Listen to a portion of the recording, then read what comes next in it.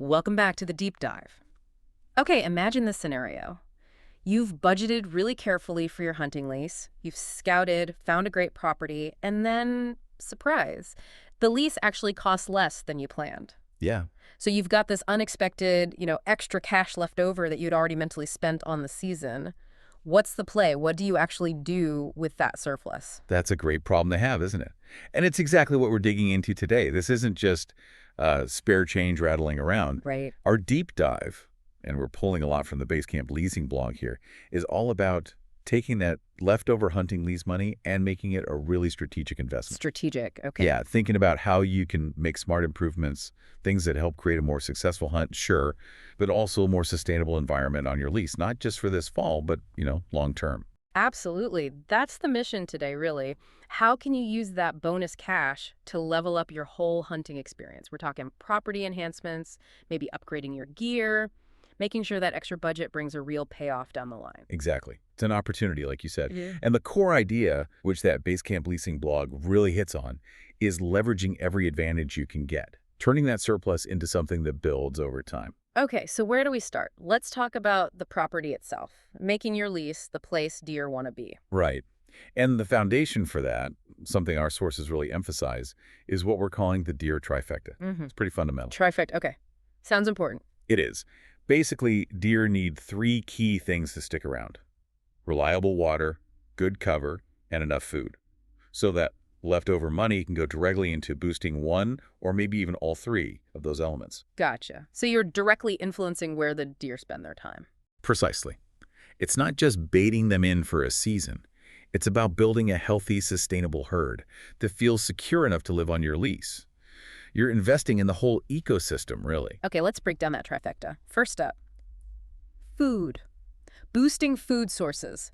Food plots seem like the obvious starting point, right? That's definitely a high-impact option. The Basecamp Leasing blog mentions investing in quality seed. They name-drop the domain brand to plant plots that attract and nourish the local herd. But it's probably more than just the brand, yeah. Oh, absolutely. The timing of planting, what you plant, that's critical.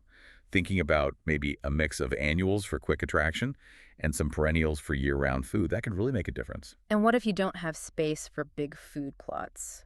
Or the right equipment? Good point. That doesn't mean you're out of luck. Those The are- sources talk about alternatives, things like feeders, mineral blocks. They provide focused nutrition. But also don't overlook the natural stuff already there, like mass-producing trees, oaks, fruit trees.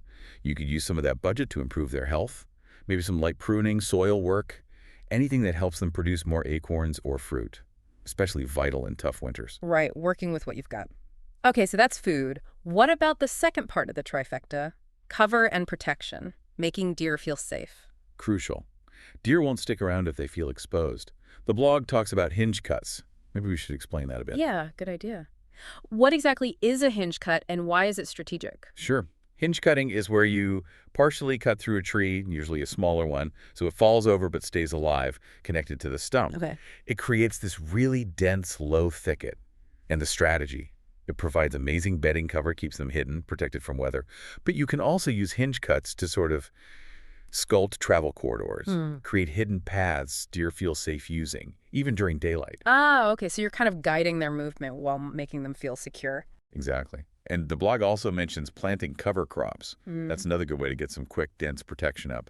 Provides browse, too. Got it. So food, cover, what's the third leg? Water.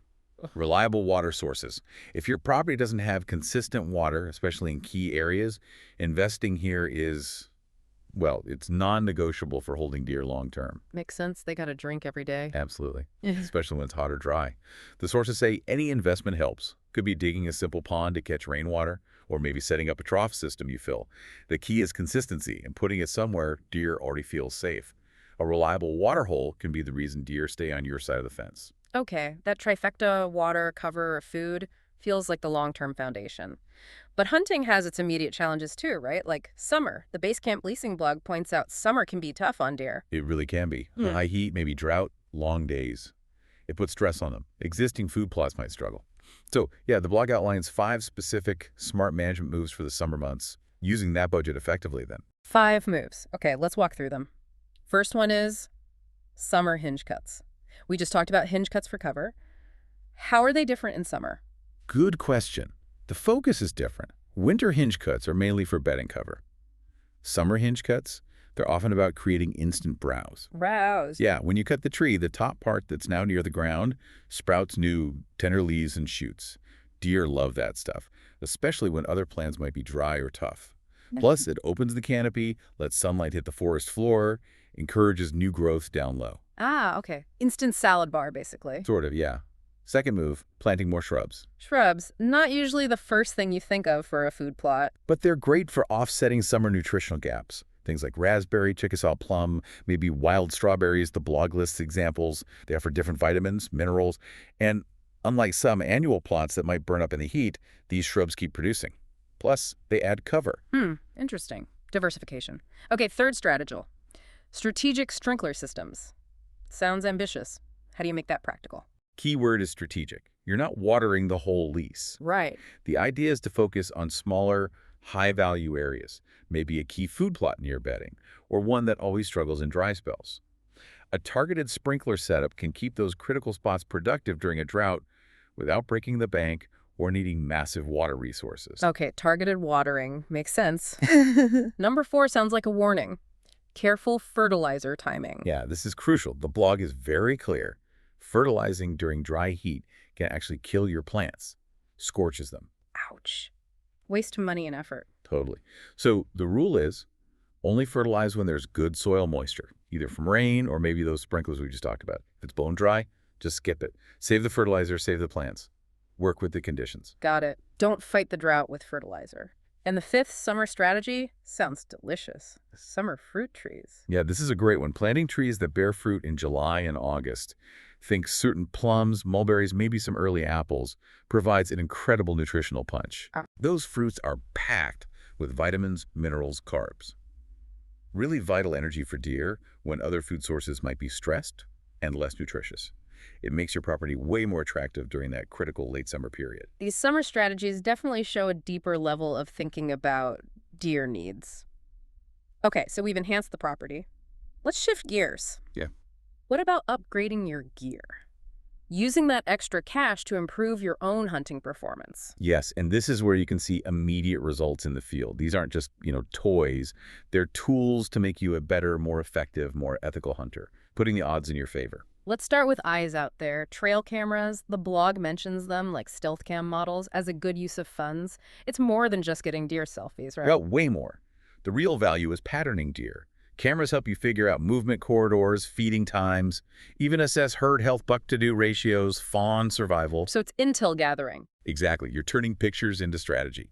And there are tons of options now. Infrared, flash, SD cards, ones that send pics right to your phone. You can pick what fits your budget and needs. Just remember the blog's point about ethics. Don't be too intrusive checking them. Minimize disturbance. Good reminder. Okay, moving on to gear that enhances your setup in the field. Stands, blinds, getting the perfect spot. Yeah, this can make or break a hunt. Investing in a solid tree stand, maybe like a muddy brand, gives you that elevation and concealment. Or an Ameristep ground blind if trees aren't an option. Good cover, protection from the elements. What about mobility? The blog mentions climbing sticks or saddles. Right, for flexibility. Climbing sticks let you get up trees quickly, quietly. And hunting saddles. They're super lightweight, comfortable for long sits, great for hunters who like to move around and adapt. These are investments in tactical advantage. And personal comfort, concealment, that plays a role too. Advanced camo, layering systems. Huge role. Being comfortable keeps you focused. Good layering systems, like maybe from Numa Outdoors, let you adjust to any weather. Scent control is obviously vital. Quiet fabrics stop you from spooking game. Heat gear for cold mornings. It all adds up to staying out longer, being less detectable. Makes sense. What about optics? Rangefinders, binoculars, binos? Non-negotiable, really. A good rangefinder means accurate yardage, which leads to ethical shots. No guesswork. And quality binos. They let you pick apart cover, spot deer you'd otherwise miss, judge bucks from a distance. Especially crucial in low light. Game changers for information gathering. And lastly, something seemingly simple but important. A good pack. Definitely important. You need something reliable to carry everything. Weapon, field dressing kit, layers, calls, water, snacks. Yeah, all the essentials. Right. Look for good organization, comfortable suspension. A pack that distributes weight well means less fatigue, quieter movement. It's about being prepared and able to stick it out. Okay, so lots of ways to upgrade your personal kit there. Try out some new gear, boost your performance. But wait, there's a bit of a curveball here. One of the really interesting takeaways from the Basecamp Leasing blog, some of the best investments aren't things you can hold. Ah, okay. Intangible investments. Exactly. Tools for learning, knowledge itself. Right. We're calling this section Knowledge Up. Investing in information can fundamentally change how you hunt. The source talks a lot about subscriptions. Why are those so valuable? Well, think about it. In today's world, there's tons of info, but finding reliable, actionable hunting intelligence, that's the trick. Good subscriptions filter that for you. It's how you move beyond just your own trial and error, learning from others' experience and research. So, like hunting magazines, the blog mentions Great Days Outdoors. Yeah, magazines like that often have tips and tactics from pros, stuff you might not figure out on your own. Hidden gems sometimes. And map apps, like Hunt Stand Map. Oh, essential these days. They give you property boundaries, super important, plus detailed topography, vegetation layers. How does that help, practically? You can plan your entry and exit routes, predict wind effects based on terrain, identify likely bedding areas or funnels, all before you even go out. It's digital scouting.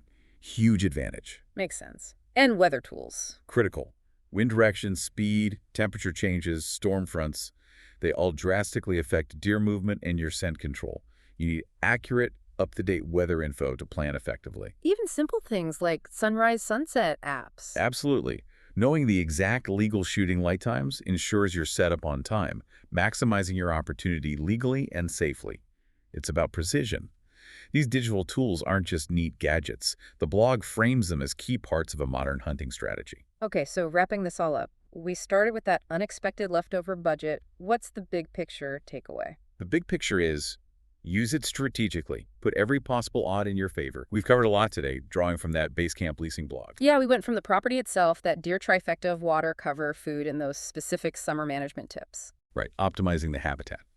Then we talk about upgrading your personal gear stands, optics, clothing, packs. Improving your own effectiveness. Exactly.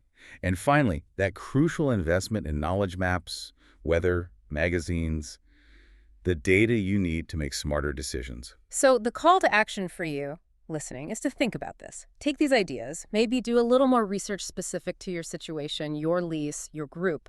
That extra money isn't just a bonus to spend randomly. It's an opportunity, a chance to make thoughtful choices that lead to a real payoff.